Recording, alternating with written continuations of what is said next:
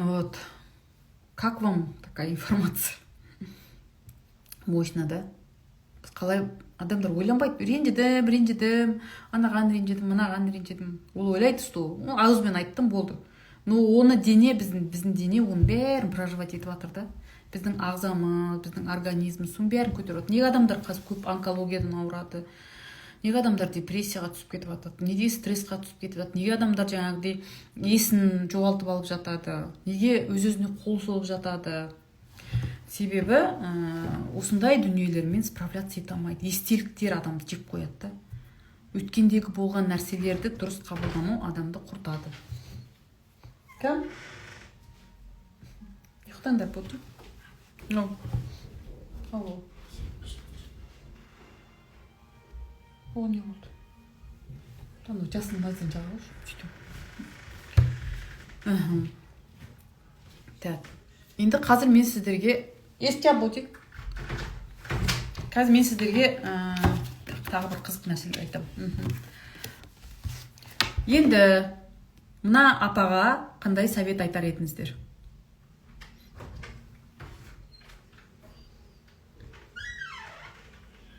Бірінен кейін бір келе берсін. Мына апаға қандай совет айтасыздар? Апама, әйелме. Менің әкеме 10 жыл ренжіп, ақыр туберкулезбен ауырып емделіп шықтым. Срочно қыздар терапияға. Жаңа ғана мен онкологиямен ауыратын бір адамға терапия өткіздім. Терапия барысында ол кісі айтты. Как будто менеджерімнен бірден былай шыққандай болды дейді. Жеңілдік болды дейді. Альхамдулилля. Есікті жап, Алинур. Расслабьтесь дейді. Тағы не айтасыздар? Неғып отыр, үй жинамай ма дер едім. Ойбай, аяулым. Үй жинау өмірдің мәні емес, сонда сіз үшін. Сонда өмірдің бақытты үйдің таза тұрғаны ма? Көрдіңіздер ме, установкаларыңыз қалай шығады? Бәрі жақсы болады. Апаға расслабьтесь, живите для себя деп айтар едім. Шық, табиғат тамаша деп айтар едім. Тағы не айтар едіңіздер? Не грустите?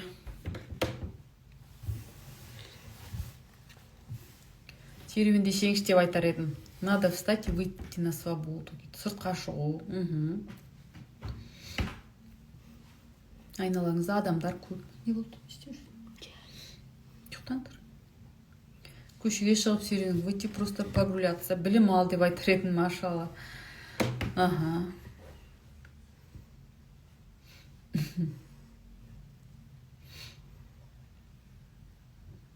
Ішкі тыныштық. Көшілік етіңіздер едім. Елмен араласыңыз. Вроде үй таза тұр ғой, ол просто ТВ көріп өткен сияқты. Қыздар, үйдің тазалығы ол өмірдің мәні емес. Бар сондай әйелдер перфекционист та. То есть үй таза болмаса, мен құнды емеспін деп ойлайтын. Бұйырса четверг күні болатын арт-терапияда мен осы жайлы айтамын да. Өзіңді шартсыз жақсы көру туралы бір тапсырмалар берем. Прогуляться с друзьями, бәрі жақсы керемет болады. Тағы. Өмірінен тұрып қимылдайын, өмір алда. Негізі білесіздер ме, қыздар? Сіздер на самом деле мына апаға совет беріп жатқан жоқсыздар. Сіздер өздеріңізге совет беріп жатсыздар.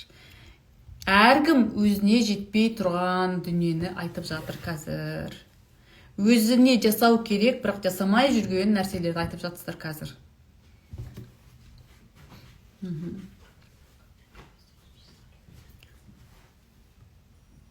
Түсінікті ма? Как вам терапия? Съездить в путешествие. Жанар, өзіңіз барып келіңіз путешествияға. Чтобы кейін өкініп отырмау үшін, да? Туф. Ана бір бар емес пе? Вот почему надо в молодости путешествовать деп. Чалменген бір қайықтың ішінде ұйықтап атқан. Әлчен, бара қойшы. Мешітте самыш бота. Мешітте қарап отырмын. Я. Керемет терапия. Хотите еще терапию тағы да макартамен?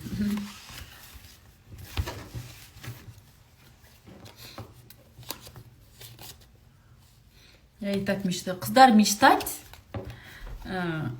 етіп адамдар жүре береді. Нельзя мечтать, надо планировать, прям жоспар құру керек те.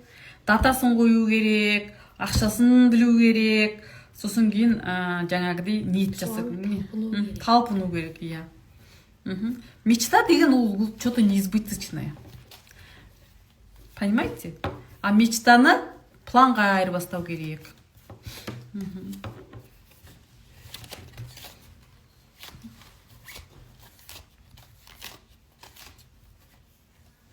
Хотим, хорошо.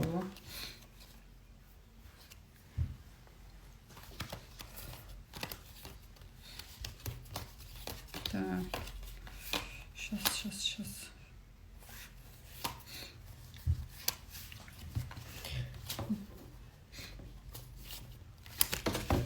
Мен білмеймін. Өзім. Енді мынаған жауап беріңіздер. Не көріп тұрсыздар? Кімді көріп тұрсыздар? Не істеп жатыр ол?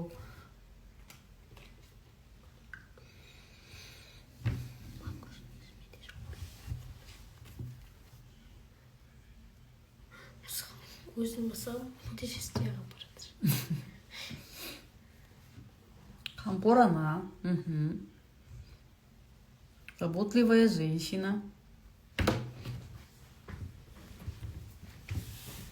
Біреудің шаруасына кірісу. Кетіп жатыр, әне неше түрлі. Мысыққа забота. Мысықты ясына жатқызып жатқан келіншек. Она что чувствует сама? Өзі не сезініп жатыр?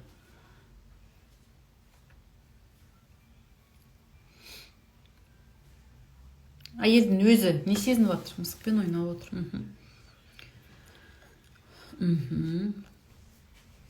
Өзі түрі неважный. Вот. Большой переезд. Мысықты ұнатпаймын. Көмектесіп жатыр. Мына өзі әйелдің өзінің чувствосы қандай? Өзі не сезіп тұр? Какая она? Она счастливая, несчастная, уставшая.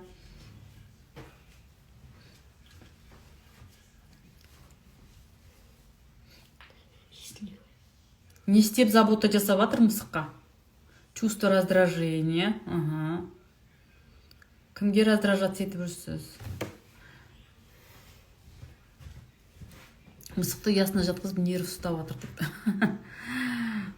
Ашулы сияқты ренжіп тұрған әйелінің барлығына қол ұшын беретін, барлығына көмектескісі келетін.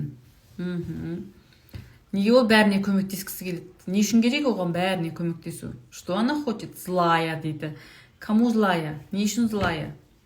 Мысық киімді шашты әйел ашулы дейді. Хотя одан да маңыз шаруалар көп болса да мысықпен отыр. Неден қашып жүр Мақпал? Кімнен қашып жатыр бұл әйел? Не қып өзін мысыққа айналдырып отыр? То есть, чего она избегает? Что она компенсирует? Ашуланып тұр дейді. Уставшая. Мысықтан жеркеніп отыр. Мне кажется, она заботливая, радостна, что купила новый домик дейді. Ашулы әйел дейді. Чемоданға салып кетейін бе деп тұр. Типа көшуге дайындық. Интересно. Шаршаңқы жеркеніш. Раздражается. Теперь вопрос. Кімге сіздер ашулысыздар шын мәнінде? Кто вас раздражает айналаңызда? Қазір осы мысықты жайғастырып алайын, еге салып кеткенше қарай тұрайын деп отыр. Основной проблемадан қашып отыр. Просто женщина хочет свозить к врачу кошку дейді. Может быть, женщине не нужно к врачу? Она сама здоровая? Баласына ашуланған ана сияқты. Проблемасын ысырып қойып, мысыққа қарап отыр. Мына жерде мынандай болуы мүмкін, да, вот. Я избегаю свои проблемы и решаю чужие проблемы. Муж раздражает. Өзі шаршап жатқан сияқты заботиться обо всех. Вот өзі шаршап тұр, өзі злая, но заботиться о кошке это в основном женщины, у которых позиция спасателя. Өзін игнорирует, өзін соңғы орынға қояды, но өзгеге жақсылық жасауға тырысады. То есть свои чувства игнорируют, чужие чувства важнее. Жауапкершілік алып алған, содан құтылайын деп отыр. Қандай жауапкершілік? мысықты өзімен бірге әкеткісі келеді дейді. Неге ол мысықты өзімен бірге әкеткісі келіп тұр? Мысық деген кім? Не нәрсені өзіңізбен бірге алып кеткіңіз келеді? Не нәрседен арыламай жүрсіз? Ол бақытты сияқты. Бақытты болса, хорошо. Бар внимание мысықта. А өзіне внимание бере ме сол? Үй ішіне ренжіп, бәрінің артына жинап шаршаған дейді. Неге сіз сол үйдің ішіндегі адамдардың өзіне жинатпайсыз? Неге сіз олардың бәрінің артынан жинап шаршап жүрсіз? Мысық бүлдірген сияқты, сонда да ашусыз апарып тастағысы келетін сияқты дейді. Мысыққа заботиться еткендей, ол әйел өзіне заботиться етеді ме? Қыздар, короче, мына жерде әркім қазір өз жайлы айтып отыр опять. Вы каждый рассказываете про себя. Каждый видит себя. Өзің алдында ма? Қарамай алысың. Қарамай? Мне кажется, она переезжает в другой дом. Почему она переезжает? Жоқ, өзіңмен жұмыс жасайды. Почему она переезжает? Что вам не нравится в вашем доме? Неге сіз өзіңіздің үйіңізден кеткіңіз келіп тұр? Мысыққа ашулы сияқты дейді. Шын мәнінде мысыққа ашулы ма? Не істеген үшін ашулы? Сосын жауап бересің. Қазір емес. Бар, ойнап кеш. Өзін ұмытып мысықпен алысып кеткен әйел. Это вы, Мақпал, да? Енді сол өзін ұмытып кеткен әйелге қандай совет бересіздер?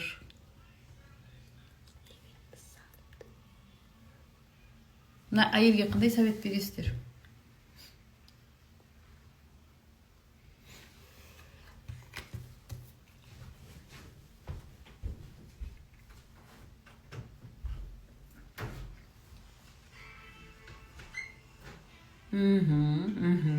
Өзіңді бірінші орынға қой.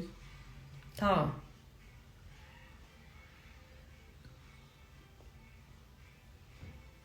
Давайте. Мысықты еркіне жібер. Иә. Так, Мирон. Кімге давление жасайсыз? Кімді басқарғыңыз келеді? Кімге манипуляция жасайсыз? Ешкіммен шаруасы жоқ. Көшеде мысық, күшік қарап жүретін әйелді көріп тұрмын. Күлімде. Мне все нравится в моем доме, я там вижу коробку для переезда, дейді. Так, переезд это тоже, может, жаңа Жанар айттыңыз ғой, мен путешествовать ет деп. Соны ойлап жүрген болуыңыз мүмкін, армандап. Вы хотите куда-то съездить, короче. Вы хотите отдохнуть где-то. Өзіңді бағала. Еркін өзімен өзі рахаттанып, жеңіл киім киіп, демалудың орнына мысыққа қарап отыр. Иә. Ты все делаешь правильно и вовремя. Расслабься и живи моментом. Молодец. Өзін ұмытып кеткен әйелге өзіңді қолға ал дедім. Артықтан құтыл дейді. Күмісхан, вам надо разгружаться. Артық ой, артық зат, артық эмоция, артық, в общем, ауыртпашылық, артық ответственностьтен сізге арылу керек. Қатты өзіңізді загружать етергесіз. Может быть такое. Өз-өзіңе қарап, сәл стильно киін деп. Машалла. Мысықты жайына қалдыр, маңызды тірліктерді жасау үйрен. Енді жаңа сіздер өз-өздеріңізге совет беріп жатсыздар ғой, бүйт сөйтіп. Енді сұрақ, сіздерге соны жасауға кім кедергі? Немесе кім сіздерге оны рұқсат беру керек?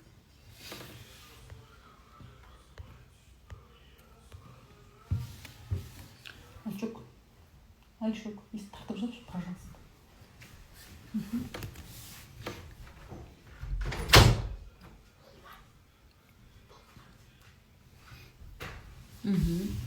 Өзіне көп алған әйел, өзіне уақыт аз бөлетін. Айналам дейді.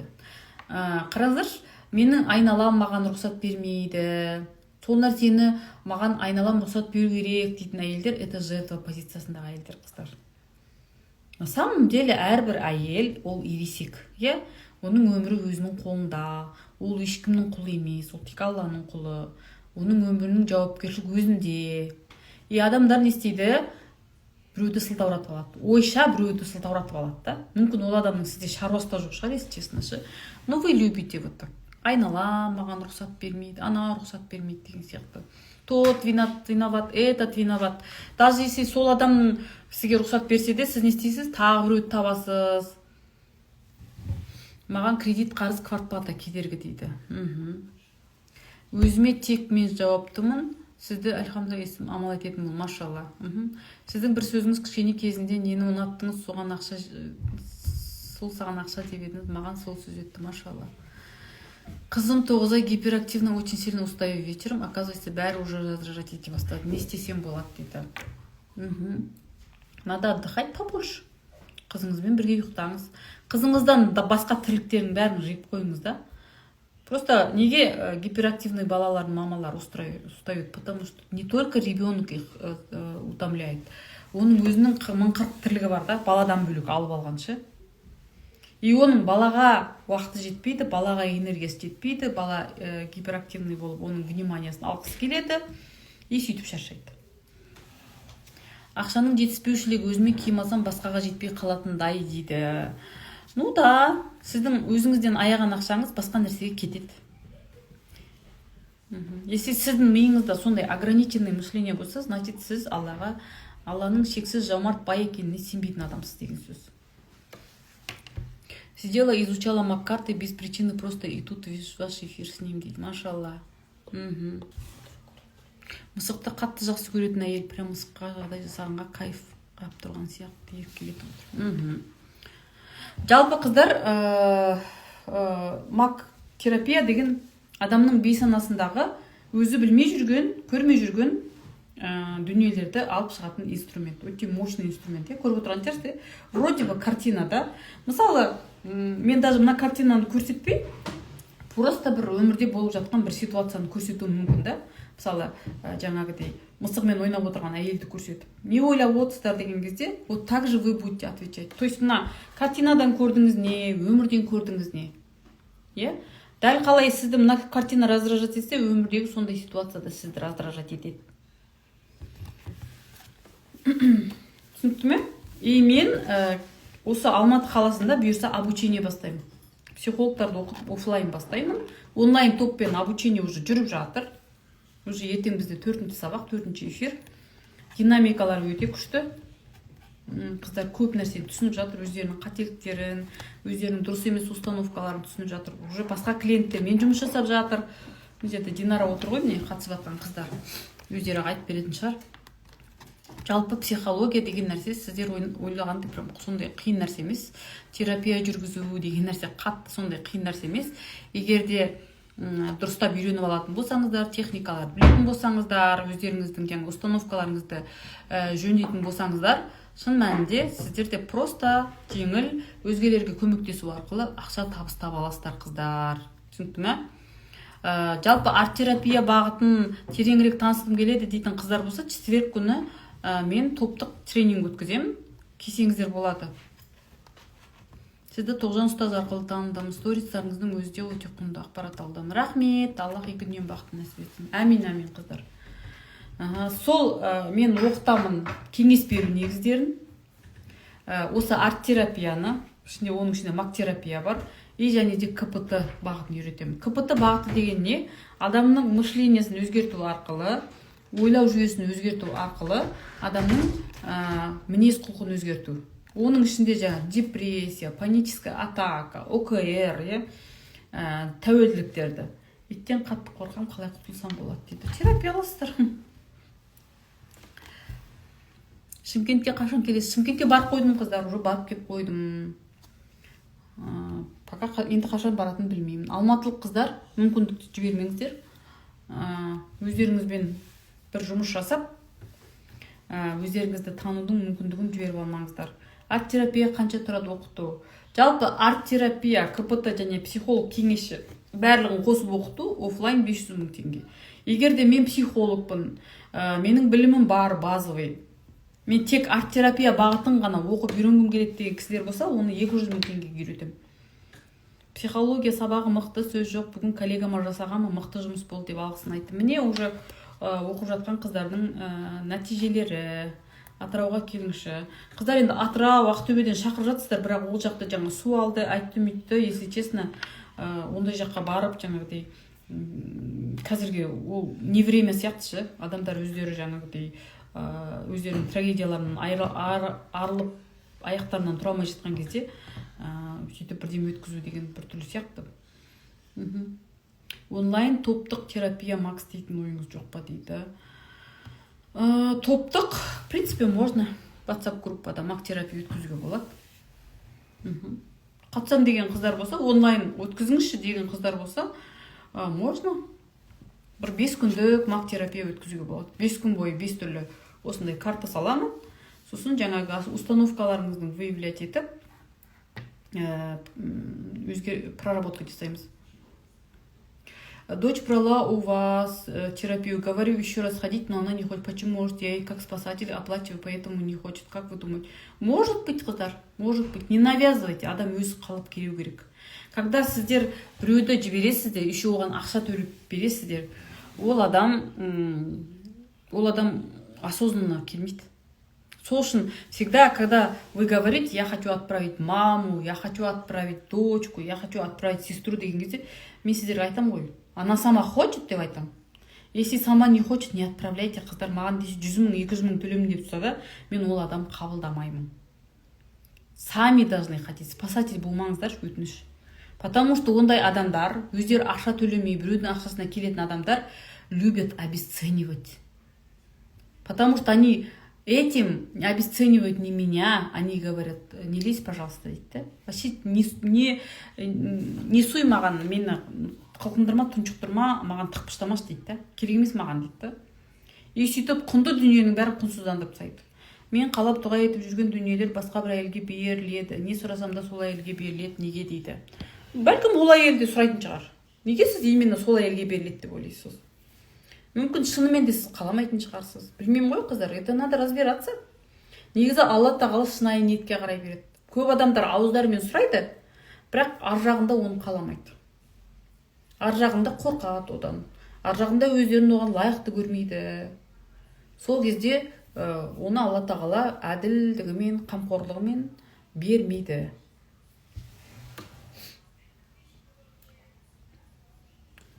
Мен шашыңыз көніп қапты. Қыздар осы шаш, қас деген дүниеге бітіп жүрген кезде мынандай дүниелерді допускать етесіздер, байқайсыздар ма? То есть мелочь нәрселерге бітіп тіреліп қалмаңыздар. Айтып отырған дүниені тыңдаңыздар. Сырттан мін табам деген адам ол мін табады. Кемшілік деген адам табады. Мен қалап дұға етіп, так. Шоқ, тура сол сұраған заттар ана елге береді, любой мелочь дейді. Кім ол? Жасая ханым, пожалуйста, жеке терапия алыңызшы. Мен білмеймін, не нәрсе айтып отырсыз. Неге сіз сол әйелді аңдып отырсыз? Неге именно сол әйел алып жатыр? Мүмкін сіздің миыңыз соның алып жатқан дүниесін ғана көретін шығар. Не знаю, я же не знаю. Анам өте агрессивмен өседі, менде сол агрессия бар, одан қалай құтылса болады? Терапия аласыздар, жеке терапия. Қыздар, эго деген нәрсе негізі, это фальшивое я. Эго. Мысалы, мына анам агрессиямен өсірді, менде де сол агрессия бар деген адам өзін жоғалтқан адам. Өзінің шынайы менін жоғалтып, ана фальшивое я, мамасының ясымен өмір сүріп жатқан адамда. То есть мама какая, я ее копирую. А какой я хочу быть сама, что я хочу сама, я это не знаю. Түсінікті ме? Көбінесе адам өзін не істейді, или переоценивает, или недооценивает. Сол кезде адам не істейді, нәпсіден шатасады, өзін жоғалтады. Или переоценивает, или недооценивает. Біздің қоғамда недооценивание өте көп. Недооценивать етіп, немесе өзін переоценивать етіп жүрген кезде ол өзіне келіп тұрған ырзықты, өзіне келіп тұрған денсаулықты, өзіне келіп тұрған бақытты не істейді, былай бөліп тастайды, тосқауыл қойып тастайды. Ал терапия барысында адам не істейді, өзінің шынайы менін табады. Мамам сияқты емес. Мамам сияқты болмаса мен қандаймын? Мен кім сияқтымын? Мен кімге ұқсап кеткем? Кімнің установкасымен өмір сүріп жатырмын? Кімнің сезімдерімен өмір сүріп жатырмын? Кімнің мақсатымен өмір сүріп жатырмын? Кімнің қалауымен өмір сүріп жатырмын? А мен өзімнің қалауым қандай? И егер де терапияға ақшам жетпейді десеңіздер, вот пазл курсы бар, пожалуйста. Вечный карманный психолог, мәңгілік доступпен. Аласыз, доступ алып аласыз, любой уақытта кіріп тыңдайсыз. Бақыт деген не? Әр адамның өз жан тыныштығына. Әркім әрқалай түсінеді. Мысалы, қолы жоқ адамға бақыт деген ол қолың бар болу сияқты да. Көзі жоқ адамға ол бақыт деген бір көзі бар болу сияқты. күйеуі жоқ адамға бір бақыт деген бір күйеу сияқты да, немесе баласы жоқ адамға бақыт деген бала сияқты да. Бірақ баласы да бар, күйеуі де бар, көзі де бар, қолы да бар адамдар бар, бірақ олар да бақытсыз. Ол бақыт деген әркімге индивидуальный нәрсе. Бірақ шын бақыт деген ол әрине жанның тыныштығы. Бар болса да, жоқ болса да, өзіңмен шынайы гармонияда болу да. Мына өзіңнің ішкі шынайы, фальшивый менде емес, өзіңнің шынайы меніңді табу да. Балаң бар болсын, жоқ болсын, көзің бар болсын, қолың жоқ болсын. Мысалы, Ник Вуйчич деген адам бар ғой, жаңағы қолы да жоқ, аяғы да жоқ адам, иә. Сол адам айтады ғой. Мен жаңағы қолым, аяғым жоқ болып туғаным үшін мен асылып өлгім келді дейді да. Но когда я понял дейді, что менің бүкіл құндылығым менің ішкі жан дүниемде екенін түсінген кезде, маған уже қол да, аяқ та керек емес болып қалды дейді. Вот прикиньте. Вот этот человек, он по-настоящему обрел свое счастье. И оның әп-әдемі әйелі бар, балалары бар, и ол бүкіл әлемді шарлап жаңағы мотивация береді. Ол үшін қолы, аяғы жоқ болу преграда емес. Ал енді бізде қоғамда қалай? Білмеймін, там аяғы қақсаса, қол қақсаса бітті ғой, жұмыста бәрі жайына қалады. Или там бір жері бірдемесі ауырды ма, как будто ол адам болды, утилизацияға кететін адам сияқты болып қалады да.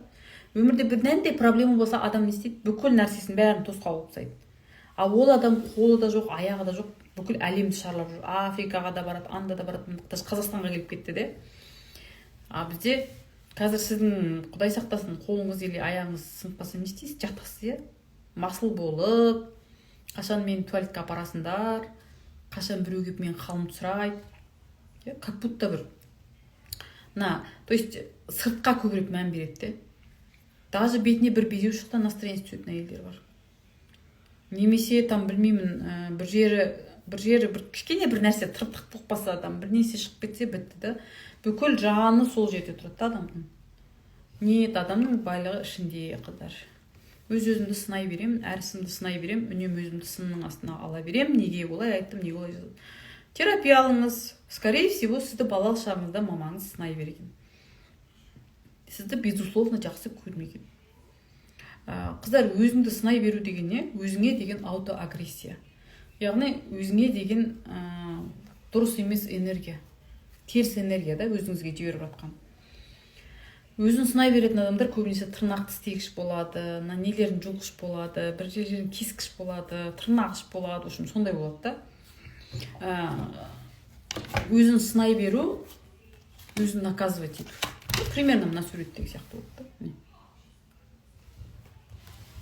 Это направленная на себя агрессия.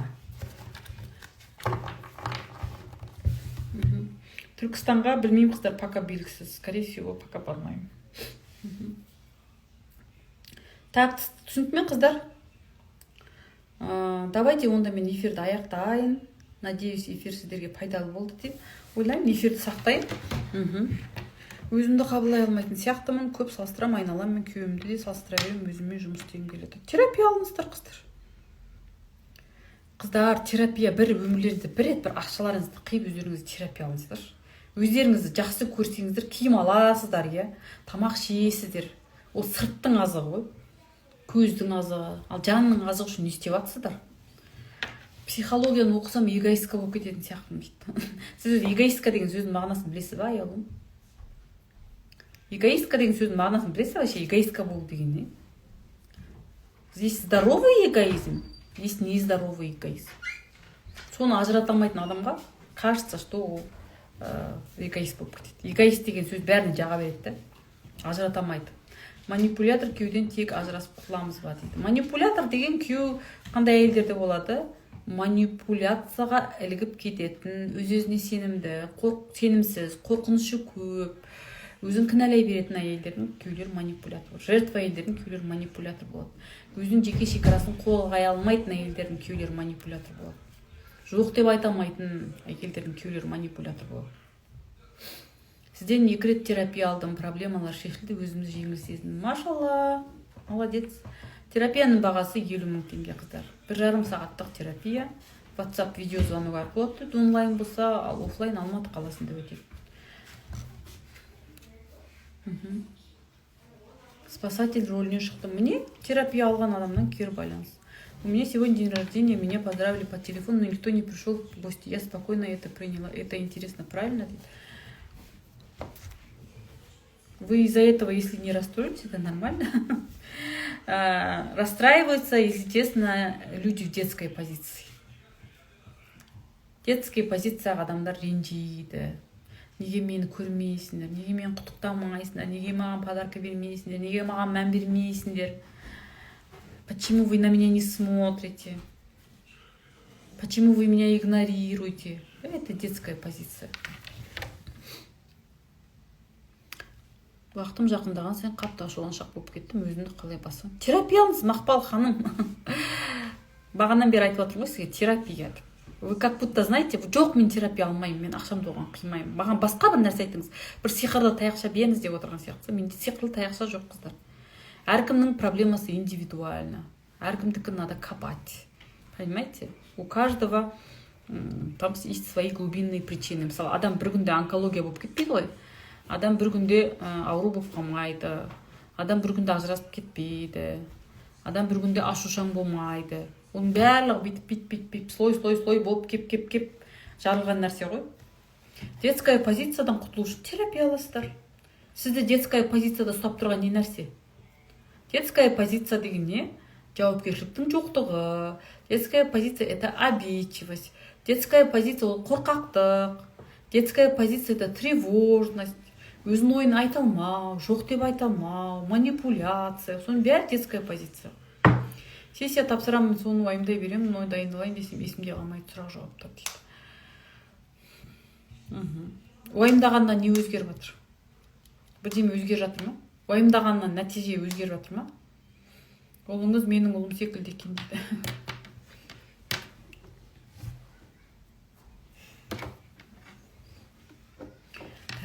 Сол, қыздар, ладно, эфир сохраню.